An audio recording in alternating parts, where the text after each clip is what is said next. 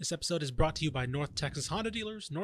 This episode is brought to you by North Texas Honda Dealers. North Texas, they're here to help. He has time, launches it to the end zone. Touchdown!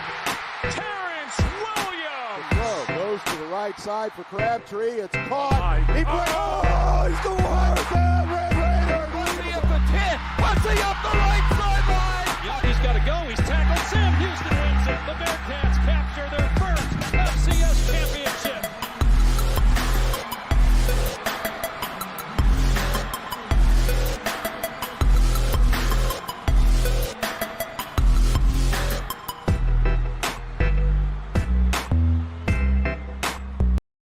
Ishmael Johnson alongside college writer Carter Yates. How you doing, bud? I'm doing really good. Happy to be back in the stew. Back in the studio, man. It's been a while. It's been too long. Yeah, we did some shows on the road from AT&T and then from McKinney last weekend for the Lone Star Media Day. I should say you, Mallory, Tepper, or I guess Tepper wasn't on the mic, and then Corey Hogue, our small college or non-FBS. Starting to get that non-FBS. Don't insider. get that twisted. I know. Yeah. I I learned that lesson the hard way. Yeah, that's right. Yeah, you get chewed out in our Slack chat. No, I'm joking. The other voice you heard was everyone's favorite Mal Powell, the associate producer of Texan Live, Mallory Hartley. Hello, Mallory. Hello. Wearing my green today. There you go. Ready for college football to start? Yeah, there you go. Ooh. So today we're going to talk a little bit about the Johnny Manziel Untold documentary that dropped on Netflix yesterday. We had some thoughts. Carter had the great idea, came in. I didn't realize it was coming out yesterday, and Carter came in and said, should we talk about it on the show? I said, absolutely. Oh, I had it marked on my calendar. Okay, you were ready to go. So it's appointment viewing for me.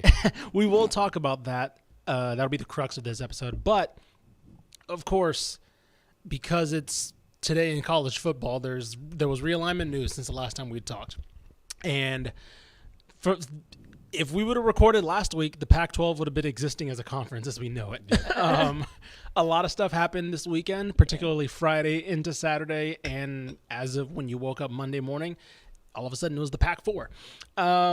So let's just talk a little bit about that, and we'll talk about how it relates to some of the Texas schools, particularly an SMU maybe, and maybe what their future holds. So let's talk a little bit about whatever the hell happened this past weekend with the Pac-12. Obviously, we knew that USC and UCLA were leaving in 2024. That was something that happened. That was the first kind of pendulum that happened to the conference. Colorado was the next to then announce they were leaving for the Big 12. And then all of a sudden, Oregon and Washington decided, we're going to the Big 10 as well. And then along that, both Arizona schools and Utah hitched their wagon to Colorado and said, you know what, the Big 12 sounds pretty great right now. So all of a sudden, we have a very expanded Big 12. We have basically the other super conference in the Big 10 now, along with probably the SEC. And you have these four schools left in the Pac-12. Wazoo, Oregon State, who am I forgetting? Wait, here. Sorry. The four Pac-12 schools That are left? Stanford, Cal. Stanford and Oregon, Cal. Thank yeah. you. Stanford and Cal. Washington State. Yeah, Washington State, Oregon State, Stanford, and Cal. So now I guess for me, overall, before we get into how this relates to the Big 12 and to SMU in particular, a team that's going to be possibly looking at their options, what was kind of your reaction as it was going down? Because I know my reaction was, damn, this sport's going to be not as cool as I used to remember. See, that's interesting you say that because you drink from the chalice of the network that made this happen. No joke. I really do. Good. Quite literally. That was good. Drinking from, I guess, ironically, drinking the Kool-Aid of this. But, I mean, yeah, as we now see it in the world, potentially sit in the world next year with no civil war between Oregon and Oregon State, potentially no Apple Cup between Washington and Washington State. I don't know. As you were kind of seeing the news come in, regardless of where you figured out, or regardless of how you felt afterward and you figured out where everybody was going to go, as you just saw the news trickling in, what was kind of racing? Cash rules everything around me. Mm-hmm. Dude, Cream. no joke. Yeah. Yeah, basically, I mean, it is sad to see all these regional rivalries in college football kind of going away, and you see how the corporate suits are now starting to effectively control all of college football. But in my thought was honestly I just need real football games to start because at this point I'm so burnt out of discussing and talking about realignment and getting so upset when the people who are really making these decisions will never have to answer for it and never have to. I mean, they are just the corporate suits in the background who are looking at the spreadsheet of how much revenue they will generate off of this. And honestly, it is going to make a lot more money. I think this is something that has been in place ever since 1984 when the Supreme Court ruled that the NCAA couldn't monopolize and like televising football games and went against the Sherman Antitrust Act. So we've slowly been going through this since 1984. What I think really I feel like needs to happen in college football is the college football teams need to be their own national league now, basically like the NFL. And then all the other conferences should stay the same with other more regional sports like softball, volleyball, even basketball and baseball. Those should be those same regional rivalries, and college football, because that's what controls all the money, should just be a national, almost semi-pro league for NFL. That's a great idea. Yeah, I mean, basically, I mean, you know, I mentioned, and Mal, I do want to get your thoughts on this too, because you follow the Big Ten your whole life, and kind of how you kind of see it. I mean, I grew up with this sport being regional, right? I grew up a little, I guess, like and this is what, particularly with you, Carter, I think you kind of grew up more when the sport was starting to really become more nationalized, right? In terms of like everybody's on like you're able to see anybody, right? You're able to see Bama if you want to. You're able to see Ohio State if you want to. When I was growing up, it was just like the A&M, the Texas, whoever the local schools were, right? And a lot of those regional, and I'm assuming it was the same thing for the Pac-10 at the time. So if you became a Wazoo fan, you grew up hating Washington. If you grew up a Washington fan, you grew up hating Wazoo, and that was like, you weren't competing for a national title, but the Apple Cup was your national title, right? And it kind of like, it was always going to lead this way, right? It was always going to more the media conglomerates, the ESPNs, the Fox kind of controlling things. But it did kind of like really put a nail in the coffin of like, oh, this is no longer like, at least at the highest level, there are no regional ties anymore, right? It is all like the Big Ten, I guess the SEC technically, because they got started, they got their expansion done over with pretty quickly. They still have a regional tie, obviously, but if Texas and Oklahoma didn't go to the SEC, you would see the SEC try to contact a USC, right, a UCLA, right? They try to be in on this. I think the SEC commissioner yesterday released a statement saying like something basically like poo-pooing the idea of expansion. It's like, oh, we're glad we don't have to get involved with this. It's like, you guys got done like last year. Like this isn't like you didn't want to. You just did it, and it happened to fit in your geography. So Mallory, I'm curious about you as well, because somebody who obviously you're a Michigan State fan, grew up watching the Big Ten, and now you're kind of seeing the conference that you're familiar with kind of expand and become one of these like superpowers. Yeah, I'm not a fan of it. I'm just going to come out right and say it, just because, I did grow up with I grew up with the Big Ten before Rutgers and Maryland were even a part of the Big Ten. It was actually like the Big 12 almost. My first thought when all of the cards started to fall this weekend, all the Big Ten news started to come out, was my first thought was not about football. It was about the smaller sports like softball and girls basketball. I think Elijah Drinkwitz of Missouri had a good quote about that. Yeah. And it's like, you think about, right, this is all about football in the end, right? I mean, this is all about football. All of these TV deals, all of the money, of course, is in football. What is Oregon State going to do in a softball game, in a softball series? And we've talked about this before, when they got to travel all the way to, I don't know. Well, let's take Washington actually as an example. When they got to travel all the way to Rutgers on a Tuesday night, Tuesday, Wednesday, Thursday night to go play in a softball series. It's like, how does it, to me, it just doesn't really make sense. Like, I understand, again, the money behind it with college football, and even I guess college basketball, you can throw that in there. But for all these other sports, it just doesn't really make sense to me. Yeah, and I think Elijah Drinkwitz, I want to bring up his quote because somebody asked him about it. And, of course, he coaches in the SEC, so, like, theoretically, he shouldn't have to care about this, right? Like, theoretically, in a vacuum, Missouri would be fine, right? The farthest they're going to travel is, like, Florida, maybe. But somebody asked him at a press conference, and he said, what cost is it to the student-athletes?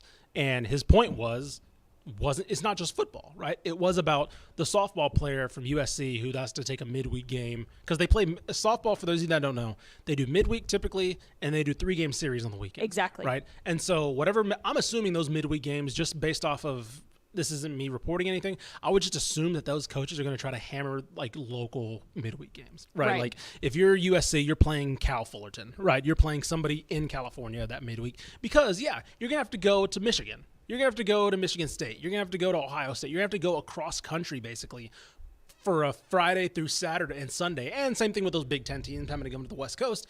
And that's a body clock issue, right? You're changing 2 to 3 time zones.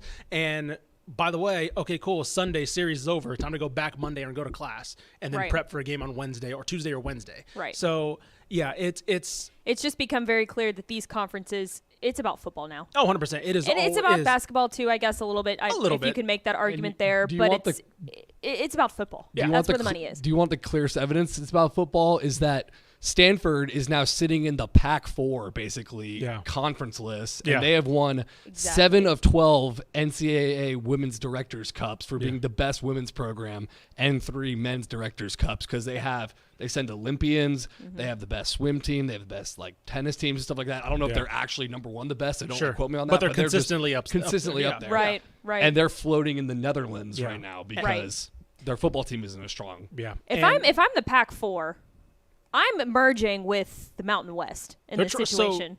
So rumors are starting to come out now. I think the news came out that the Big 12 turned down 2. I think Oregon State and Washington State tried to go to the Big 12. Big 12 turned them down. And right now, they're kind of left in limbo right now because as of right now, 2024, it's a Pac-4. And I don't hate the idea of merging with the Mountain West. I think their problem is they know that they have quote unquote Power 5 status. And inviting the them, ego is right? Exactly. Not, there becomes because expansion's is on the horizon as well for the college football playoff, and so they are still considered Power 5, and so they're kind of in the thing of like, okay, do we get left out and like let there be a Power 4, or do we try to scrap together whatever, right? And we can kind of use this to parry into like the SMU discussion and like the expansion, San Diego State or whatever, right? But these 4 schools are literally just left trying to figure out what the hell do we do. One thing I do want to hit on that was like to me the perfect encapsulation of like how you mentioned it, how it's just the suits that make these decisions. Did you guys see the screenshot of the Oregon Board of Trustees chairman, Steve Huerta, who was just on the green when he was voting? He's actually hitting out of a bunker. He was hitting out of a bunker on gosh. FaceTime. And like, I guess he probably had his caddy or something, had a FaceTime. And he's like climbing out of the bunker as they're like voting to leave for the Big Ten. Like, it's like, there's like a Zoom as he votes meeting. to make a decision that'll affect thousands of lives. Right. And he's just like, I had tea time. I couldn't miss that. Oh my And so, gosh. it was, it's like a perfect summary of it. Here's what I would do. This will lead into SMU a little bit. Here's what I would do if I'm Stanford and Cal. We are already now with conferences. We are full manifest destiny. We are east to west. There's no more geographic location anymore. ACC right now is actively seeking to add schools. Yeah. And they're seeking to add schools because Clemson and Florida State, in their ACC television contract, all the schools get equal revenue sharing. Mm-hmm. And Clemson and Florida State are like, we are way better than all these ACC schools. Right. We should get far more of the pie than everybody else does, which honestly does kind of make sense. But it's gotten to the point where Florida State now is searching for private equity investment to try to leave that conference in time. So the ACC is now searching for other schools to come in because Clemson and Florida State need to convince a majority of the schools in the conference to nullify their TV deal. Mm-hmm. So that's why if they bring in Stanford, Cal, and SMU, they have now 15, 14 schools, and it's much higher threshold to reach that majority to nullify the contract extension. Right. That's so if I'm Stanford and Cal, you're looking at there. I'm going ACC because screw trying to keep it geographically aligned. Like the gloves are off. That's done. Yeah. It's done. Yeah. I kind of agree with that because honestly, I think we were talking about this in the office yesterday. Like Stanford and Cal, they are a package deal, right? Yeah. Like you can't have one without the other, and that's kind of the problem. Is like a school that wants Stanford doesn't actually want Cal. A school that wants Cal doesn't want them both necessarily. Stanford probably could afford to go independent if it wanted to, but Cal knows that its kind of destiny is tied to whatever Stanford does. If Stanford goes independent, Cal's like, what the hell do we do? Nobody's going to want us just by ourselves. Yeah. So I kind of agree with that. Like, at this point, add both of those three and then try to do whatever you can to kind of, obviously the ACC is obviously East Coast based. Try to do whatever you can with some type of scheduling thing there. I'm not surprised that the Big Ten hasn't reached out to Cal and Stanford because they're like, honestly, after going from a doomsday scenario last year, the Big 12 is kind of in a great spot now. Oh, Yormark killed it. The Arizona schools perfectly fit into technically because now you have that Utah, Colorado, Arizona kind of square there. You have Tech obviously over there, so you kind of have like a geographic West out there. And of course, like I mentioned, you had Colorado back in, and it's kind of like a hodgepodge of like, there are no more superpowers in the Big 12, right? You just have like a bunch of good schools. They embraced we're going to be the third best conference, and it's going to get wild. Yeah, it's going to get weird. It's like there's SEC, there's Big 10. Cool. Y'all can have the consistent. You probably take up 3 to 4, 5 playoff spots a year. That's fine. Right. We'll bring in 1 or 2, but we're going to be fun as hell, and there's going to be a different team every single year that represents us in that. They're also like, wait for basketball. Yeah, right. wait for basketball because so much fun. Like the rumors they're going to be a fun conference. Yeah, it was like we've heard the rumors about UConn and Gonzaga joining for basketball potentially, and it's like, okay, like it kind of like Yormark, like you mentioned, he has embraced like being the third best and is like, we're going to be far and away the third best and possibly the most entertaining. Yes. Like overall, top to bottom, just entertaining. So I don't know. The Big 12 is going to be fun. SMU, let's talk a little bit about what do you think, because now they kind of hold a lot of cards, right? They could very much say, here's my thing. Sure, the ACC, the incentive for them with the ACC would be prestige. Right, they want to be able to say that they're in a Power 5 conference because that's kind of the thing. They have money, they have this, they have that. Or I don't know. I'm kind of in two ways because they would have to forfeit a lot of their revenue if they join the ACC. That came out. You say SMU holds a lot of cards. Well, they've been banging down the Pac-12's door as the house literally implodes to get in. That's fair. And then they're also saying, hey, we'll go to the ACC and not take any revenue for the first few years. So here's my thing. Are those options better than just staying in the AAC for the foreseeable future and seeing what happens next?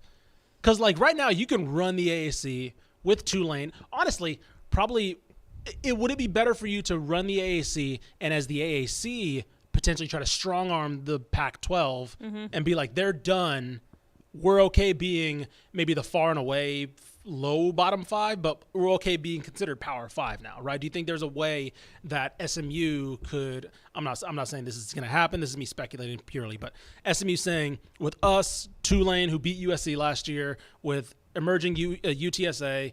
UNT has money, right? These other programs have money. Is there some things there to say what the Mountain West tried to do a couple years ago with Boise before TCU left, and I think there was Nevada in there as well when Nevada with Colin Kaepernick. They tried to like band together to form that like the all-stars of the group of 5 basically, and tried to like strong arm like the Big East at the time out the way. Do you think there's room for that maybe? Or is it just like SMU has to strike while the iron's hot, just go to the ACC? My problem with that theory, and I do like the theory, is that I just feel the Power 5 is dead. I was just about to say that there is no Power 5 anymore. Yeah. So what weight does that hold anymore? Yeah. Sure.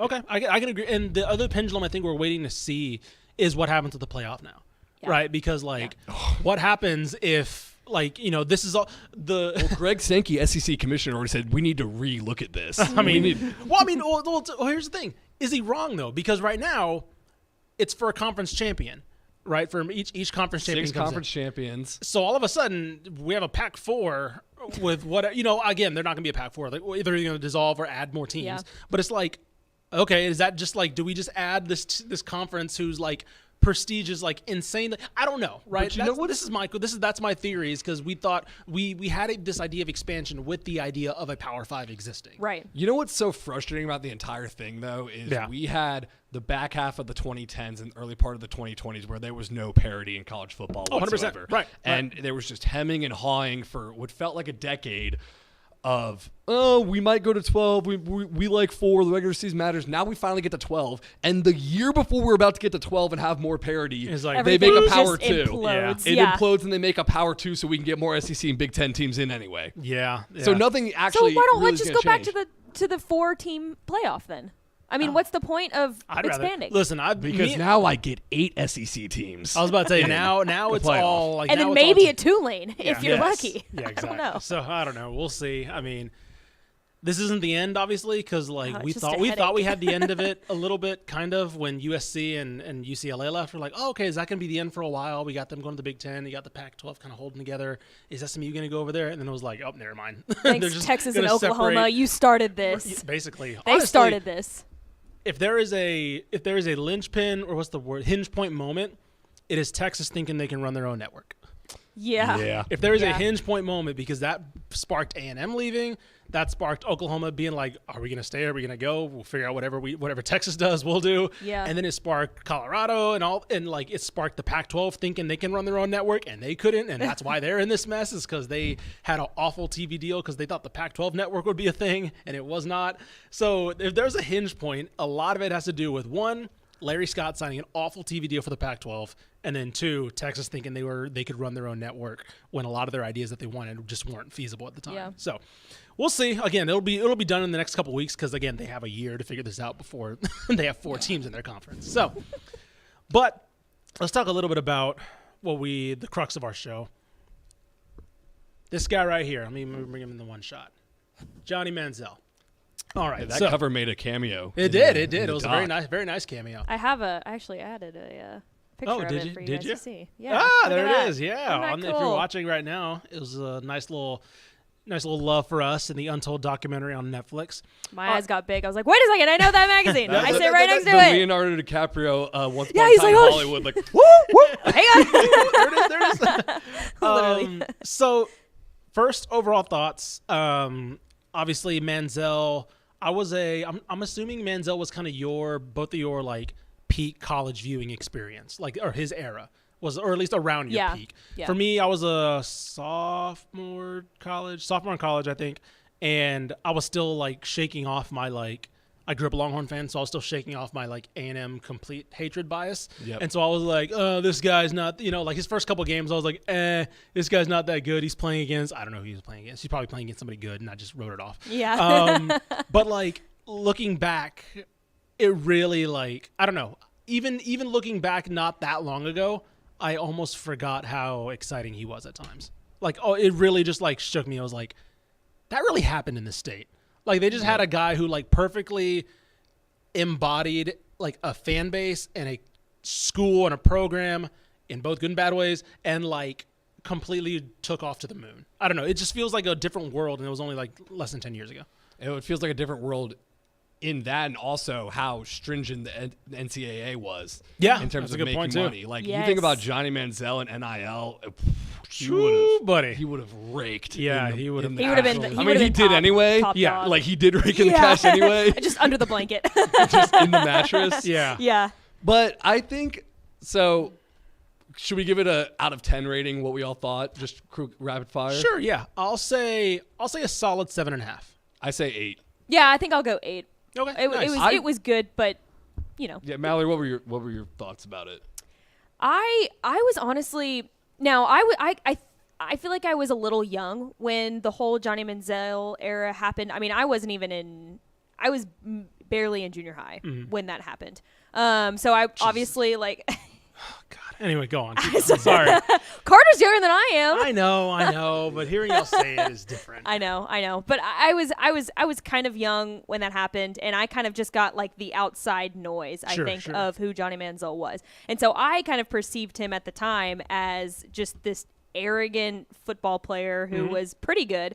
And I didn't like Texas A&M that much either at the time. Yeah. It's not that I didn't like them. I just didn't follow them because like I said, I was a Big Ten fan, so Yeah. I didn't really follow much inside Texas. So the thought of Johnny Manziel, I just kind of was like, he just doesn't seem like a star stud, Right. like a good guy, Yeah. But going through this documentary, I feel like towards the end, especially at the end, I gained a lot of sympathy for him. I know that we differ in that just a little bit because a lot of that was self-induced, I feel like. But there were just a lot of things that I didn't know that he struggled with mentally through the documentary. And I gained a lot of respect for him Also, I really, really enjoyed the fact that he was very open about what happened. He was not one of those guys that'll get on a documentary and basically be like, yeah, I didn't really do that. Like that, it was not that wasn't my fault. Right. That was his fault. He didn't play the victim. He didn't play the victim. He Yeah. was very open and honest about everything that had happened, and I gained a lot of respect for him after watching that documentary. And that's what I was most nervous about going into the documentary. Is I felt like this whole thing was going to be like, feel so bad for Johnny Manziel. The media made him out to be somebody he wasn't. like a monster, Sure. right? He made him right. a monster. And Johnny Manziel, to his credit, took ownership for everything he did. Yep. And it was wrong. And he had, he comes out, he's bipolar. So he definitely had mental struggles he was going through. Here's where, Mallory, we're talking about it. Me and you kind of differ. You say you feel bad for Johnny Manziel. Me personally, I do feel bad how he had to go through his personal struggles in such a limelight. Yeah. But I don't feel bad because of how awesome his ride was at the very start. And I like that he said that. I like that he admitted how awesome it was to be Johnny Football. Right. For a minute. He wasn't like, oh, I was on top of the world, but I was so empty. Right. And so he was like, no, it was sweet. It was like he loved, they talked about the nickname. He was like, no, I love the nickname. Like, Yes. it was like he Right. embraced all of that. Yeah. The reason I almost don't feel bad is because I feel like he is in a better place now and he had to hit bottom at some point. Or he was gonna end up in a worse spot than he was going to end up dead or in jail. Right. Right. Is what would have happened if Exactly. he had just gone to the NFL and still been amazing in the NFL. Because you see, like, all these people in the documentary that bend over backwards to try to hide what's going on, really. Like, you see A&M that, like, he's faking drug tests with the 4-string quarterback. Yeah. You see the NCAA slap him on the wrist with a half-game suspension because they know how much TV money he brings in. Right. You see his agent, like, trying to make that story where the mom is going to get checked into the hospital. because he's going to fail the drug test at the combine. The NFL combine. At the NFL combine. All these people are trying to keep the myth of Johnny Manziel, Right. Johnny Football.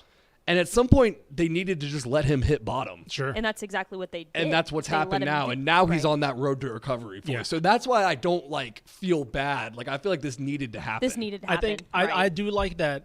I do like that they don't put it, like you mentioned, he's still on the road to recovery, right? And so when you're battling addictions and things like that, it's a big process. And I like that it ends with he's not cured. No. Right. He's right. not doing anything right now. Like He like, mentally can. Right. That's what Exactly. his sister said. His sister said that at yeah, the end. exactly. He's not capable of doing anything right now, which is like, okay, that's fine, but he's not doing anything that like is detrimental right now, right? And so I like that they ended on like we'll see where it goes. He's Right. in a better spot. He's healthier now, but it's still rocky for him. Like like the movie opens with him like because they interview him in his house and it opens with him like doing a bong rip. You know, it's like he's like it's like they're not showing like look at this great guy now and all that. And again, I don't have any issues with marijuana and all that stuff. He can do whatever he wants. But like they weren't like trying to show like he's meditating and all this stuff. He's not. No, he's still doing some weed on the side and like things like that. But he's not like like you mentioned, he's not in the pits anymore, right? Right. That's part of his process, whether it's a coping mechanism, right? You said he was diagnosed with bipolar disorder, whether he uses that to kind of he's in Arizona, I believe. I don't know if it's He's legal. in Arizona Is now. it legal out there? I can't remember. But regardless, like he's escaping and he's having some outlets and that's cool. And that's his way of recovery. I did like that because like so many of these documentaries is like he hit rock bottom and now he's up here. Perfect. And now he's great and now his life's awesome. It's like, no. That's part of the process, right? Is continuing to get better, surrounding himself with people that, that aren't going to kind of perpetuate that lifestyle anymore, necessarily put him in those positions to now do those kind of And things. so many of these documentaries are, here's how everybody wronged me. And Right, how right. Yeah. When I fell on my face because of the environment I was in. I think one of the things that me and you talked about this before we started recording earlier was I think the time where he cut off ties with Uncle Nate. So Uncle Yeah. Nate, for those of you that haven't seen it yet.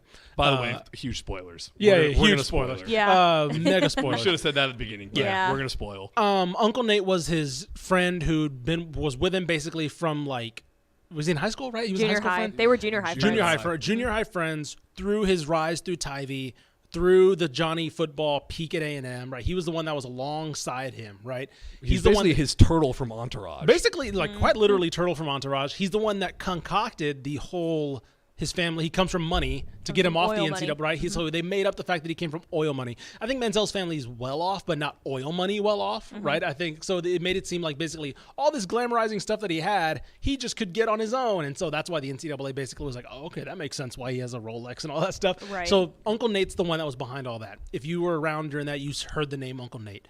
So he cut off Uncle Nate before the draft process began.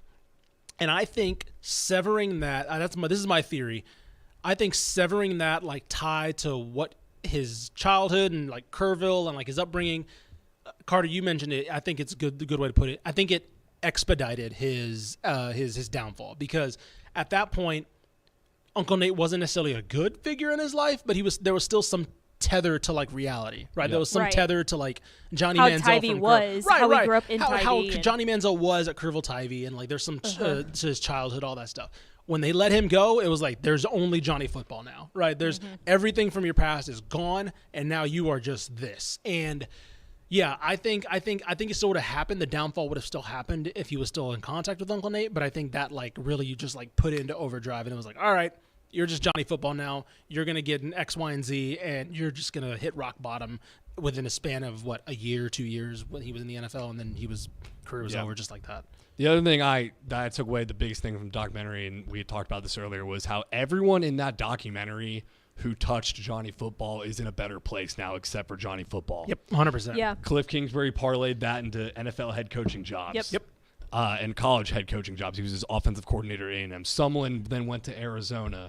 You know, A&M rebuilt their football field. I was about and to say. has this Right. big hall now, which that's the very, like one of my, right when the documentary started, Johnny Manziel is talking to a bunch of A&M alumni and donors, and he's talking about, we're in this beautiful hall dedicated to football around that was not here when I came. The football stadium out there wasn't like it is now. It shows the demolition of the old Kyle Field And as they're he's- rebuilding Yeah. it. He's Yeah. signing autographs and shaking hands, and one girl comes up to him and says, "Thank you for everything."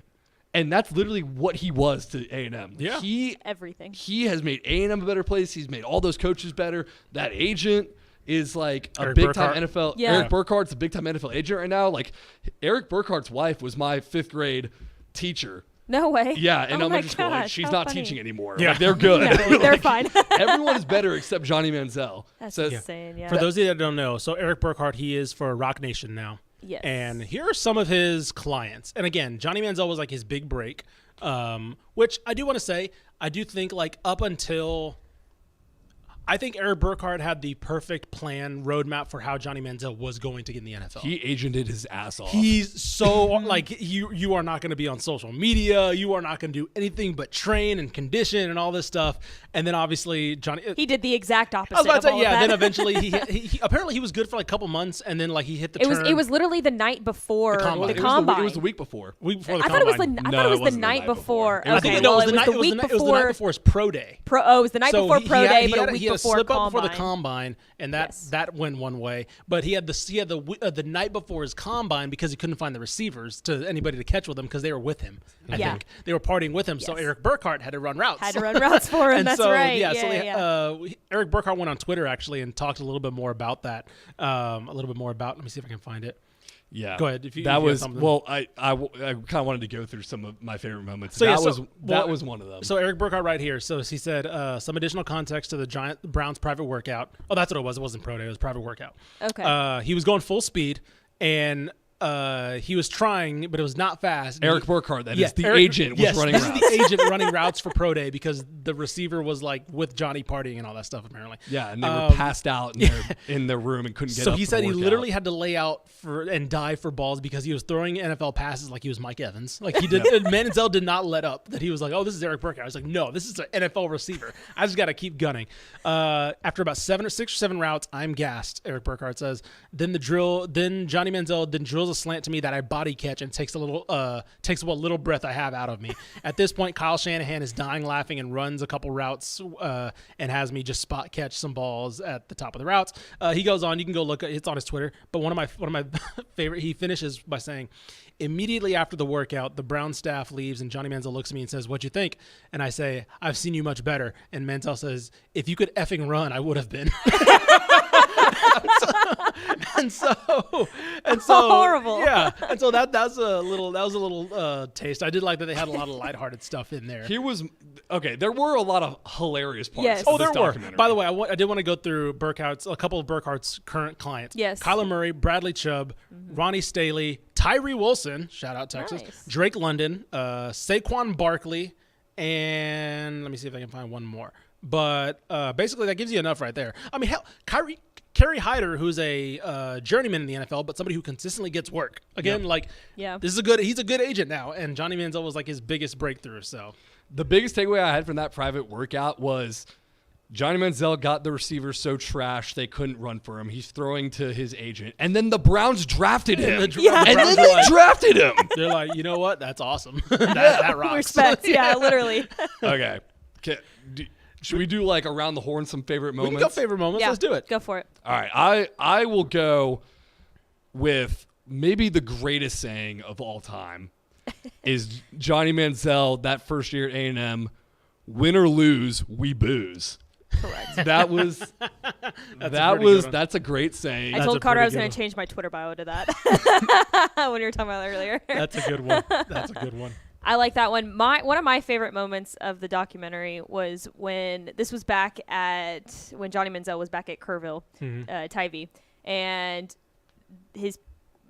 they had thrown him in for this was his first game that he had started. He was a young guy, first game that he had started at quarterback for Tyvee, and I know which one you're talking about. yeah, and so I don't remember. Can you remember what the route is, or the? It was. I forgot what it was called. It's like tackle trap with a quarterback. Yeah, you Yeah, trap the tackle nose trap. guard or something. Yeah. You right. So he takes off. Johnny Manziel takes off, and he scores a touchdown. Right.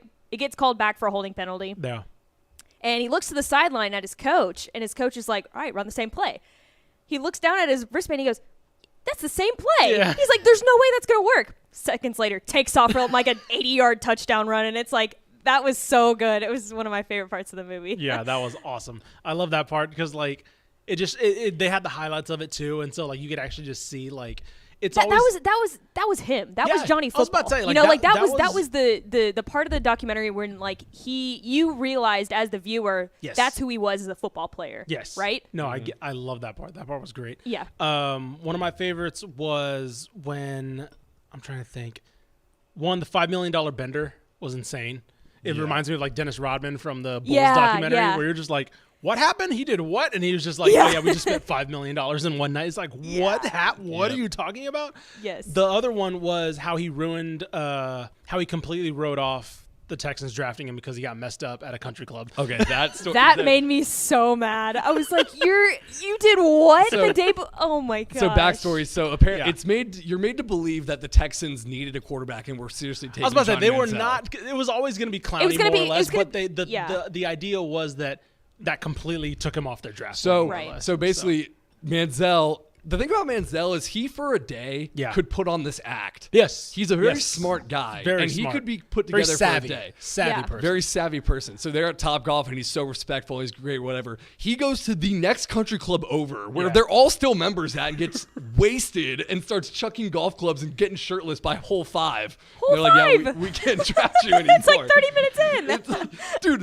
this is literally across the street from that country club, dude. We're all still here. Yep. Yeah, I said Golly. Burkhart. He got involved with a big charity foundation event. The owner was going to be there with his wife. Johnny ends up like donating his own money to the cause. It goes phenomenally. So like like the Texans owner was there, and it was like, oh man, this is just like, again, it's not going to mean he gets drafted, but like he gets him in good graces with the organization. And the next day I get a call. He was golfing today at the River Oaks Country Club, and it got back to the owner's family that Johnny, by hole 5, had taken his shirt off, looked intoxicated, and broke multiple clubs over his knee and threw them into the pond. Into the pond. There goes Houston. Yeah, literally. Yeah, so they ended up taking Jadeveon Clowney, which is probably always going to be the thing. But It should have like, been. It should have been the Jacksonville to take him I because was they about to took say, yeah, Blake they ended up Bortles taking at Blake number 2. Bortles, who yeah. I think they had to talk themselves into. But again, like it showed how like based off football.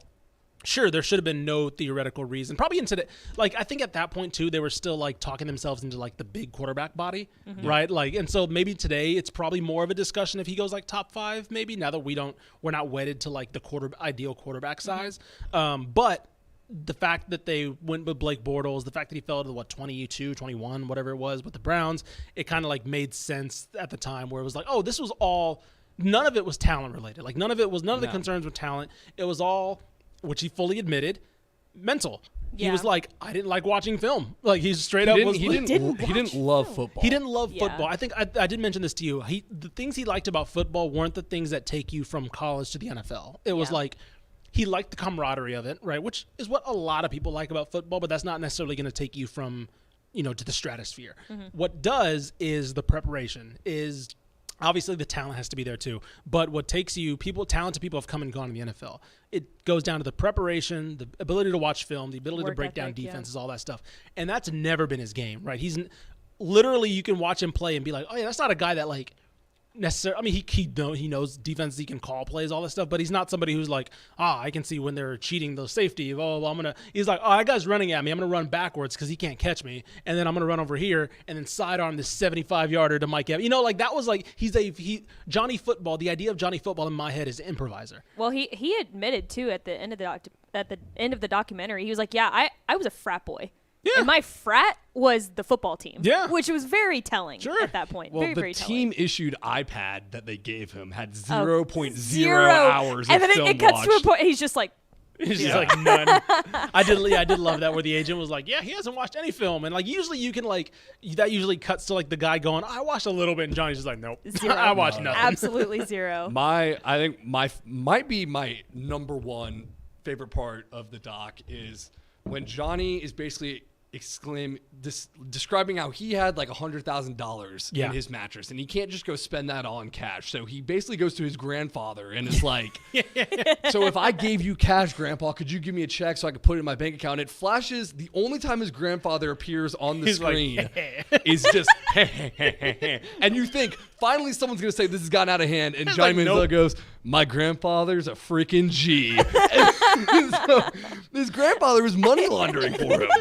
Yeah, I love that. Again, I thought he'd play like a bigger part. It's like, then he like that was the only time. That was the only time he just came in and just laughed and be like, I helped him money launder. It was so good though. It really was a really well done documentary. It gave you the funny moments like that. Yeah. It gave you the real the start because like again, this was a phenomenon that happened, right? It came from a big junior. Was it sophomore, junior year that he took off? I couldn't remember. It was his redshirt freshman year. No. Tivy. Sorry. Oh. I thought it was his sophomore year. Sophomore year. It was sophomore year, and then obviously, he wins the Heisman his redshirt freshman year, first freshman to ever do it. And it just it goes from there basically, but it gives you everything, right? It gives you the rock bottom. It gives you it's kind of ends on a to be continued, right? Kind of a vibe. I don't know if y'all caught this either, but it was his freshman year at A&M. First game ever against Florida. Yes. And they had lost by A&M had lost by like 3 points. It was 3 points. And Johnny goes, I got home that day and there were for sale signs in my yard when I got home. And I'm like, dude, really? Yeah. That's insane. Yeah. The pressure he had to go through. The pressure he had to go through. One game by 3 points. I mean, really? It was insane. And like again, it's interesting to how it was just 10 years ago how like you mentioned the NCAA stuff, and now we have NIL. So it's like all this stuff that's just like, oh yeah, he was just signing an autograph, and like he got money. He was signing, he did an autograph event, and he got money for it. And now they're just like, we gotta drop the hammer on this guy. It was like what? Like it's I don't know. insane. I'm curious to see how other stories like that we heard of, like the Terrell Pryor tattoo thing at Ohio State, where it's like, oh man, they got suspended for that. Like Jim Tressel ended up leaving Ohio State because of those tattoos and I think they sold the golden pants they got for beating Michigan and all that. And it's like Jim Tressel ended up leaving. That's how Urban Meyer got to Ohio State. Things like that. Where you're just like, that's a completely different world that we were living in then, and now it's just like, oh yeah, no big deal. We got NIL deals out. Whatever, collectives out the butt and just like kind of giving money wherever, just because how it always probably should have been. Right. Yeah, man, I don't know. That was really enjoyable. And it wasn't too long, wasn't too short. It was about an hour, hour and 15. Hour 15, which is all we needed. Which is all we needed. We don't need a 4-part Johnny Manziel documentary. Right? No, it was perfectly succinct, I would say. Yeah. The Untold series has been pretty consistent. I like the Manti Te'o one as well. They've had some pretty good ones, so I'm curious to see what the next one that it will relate to us, like Texas, will be. I'm curious to see. Yeah, that was another cool thing about the doc was just seeing like Kerrville Tivy, and it's like, oh yeah, I called that coach like like last year Yeah. for cover rap stuff. Yeah. It's like everything happened here. It was like the first 10 Friday minutes Night were just Lights, about like, like a little bit of Texas yeah. high school football, which was Right. actually really cool. Yeah, It it's was a little cool. bit of a, and it's like in the documentary, I like how like Tyvee. Again, Tyvee's a good program. They're a very consistent program, but they're not like a juggernaut, right? And so like, but in the documentary, it was like to somebody outside the state who doesn't know, like a lot of programs are run like that. Right. Right. A lot of programs are that Like a strict. military boot yeah, camp like a is what it military was. boot camp. And like, I'm not saying that's the Tyvee's lying or anything, but like that's how a lot of teams run their program. And like to us, that's normal, right? But to somebody who like is in Massachusetts, they're like, man, that's crazy, you know? insane, But it's yeah. like, oh yeah, not everybody realizes that or And- kind of has that idea Right. of high school And football. it's crazy how quickly Manziel admits he forgot about that. Yeah, Like it was Yeah. out the window by that second year. He was not going to practice. Nope. He was. They talked about he was so hungover. He was sweating Yep. like through practice, and Kingsbury had to get in his face, and be like, "You better be good by Saturday." Which also, can we admit the Scooby Doo costume rocked? Yes. that was hilarious. That was awesome. That's hilarious. That was That's pretty Scooby Doo cool. costume that he was partying in, and then Yes. the next day shows up super hungover. Also, being super hungover at the Manning Passing Academy is kind of funny too. That's kind in of hindsight. an alpha move. It is. That's kind of an alpha move. That was an assertion of Didn't dominance somebody there. come up to him in a Scooby Doo costume or Yes, like? it was after a game. I think. Yeah, it was Wasn't like it after somebody- the Alabama game or It was something like that. Yeah. Like somebody was like in the crowd or something with a Scooby Doo costume. And Yeah. it's just like that. That's awesome, Dude, he It's was so he good. was awesome. He was great. Like I'm telling you, like that. Looking back, like it's a flash in the pan how somebody again could like. Imagine the mega personality you have to be to like get A&M and College Station in unison behind you, right? That's such a hard fan base to penetrate, and he just did it Without seamlessly. speaking to the media Without once. speaking to the media at all, 'Cause basically freshmen until couldn't what speak his to the media. When did he first speak to the media? Like Gotta that be year. his sophomore year because before the Heisman. It was before the Heisman because he had right, to. 'cause That he was had to. Right. He grew into this legend because he wasn't allowed to talk. So no Yeah, one ever 'cause the heard him freshmen talk. can't They talk just saw to the the media. Scooby Doo picture. They saw the game on Who's the this field. guy? Yeah. Yeah. that we can't talk to. Yeah, it was like, and again, like it happened with a fan base that's notoriously just like insulated, Yeah. and it's like here's this mythic character who's like basically, like you mentioned, rebuilding the school more or less, and yeah, it was lightning in a bottle. It really was. It was 2 years, and it seems like. I don't know. It was such a flash in the pan, but it was like a perfect moment, and I think they did a really good job of like catching all of that. Yeah. So yeah, It was great. yeah, I high recommend. I mean, we quote unquote spoiled some things, but the delivery of a lot of the things are excellent. We He's a didn't good ruin that. storyteller, He is too. a very good. Him and Eric Burkhart, the agent as well, both good storytellers, and so they can recall a lot of things. So high recommend if you're on the fence about it, if you were thinking about it. Very good recommend, and it doesn't take long to watch, like we said. So. That'll do it for us. Little plug for our home field as well. We had a couple of drops. UTEP dropped an incredible line. I need to get a Pete shirt. They also had a Minor Magic shirt. Promo code DCTF if you want 15% off your first time purchase. Remember, that's homefieldapparel.com. Mallory, I think they also had a new Michigan State drop. I did see it. It looked Yeah, nice. so that was pretty cool. Continuing to add new schools and update their old partnerships as well. That'll do it for us, and we will talk to you guys next week. We'll probably get some preview content because we got the season coming up pretty quickly. So It's starting soon. yeah, that'll do it. We've interviewed 12 of the 13 FBS head coaches in the state. Jimbo Fisher, please give us a call. Hey, we talked to Bobby Petrino. Go check out Mike Craven's story on TexFootball.com. Bobby Petrino finally got to the media, so that was fun. He has a story on how all that drama from A&M the offseason was probably For nothing. Probably for nothing because Bobby Petrino seems to be on board, and we don't know why he just didn't let him talk this whole time. Anyway, also go Rutgers. You are in the Power Conference, so congratulations. From your ivory tower. From your ivory tower.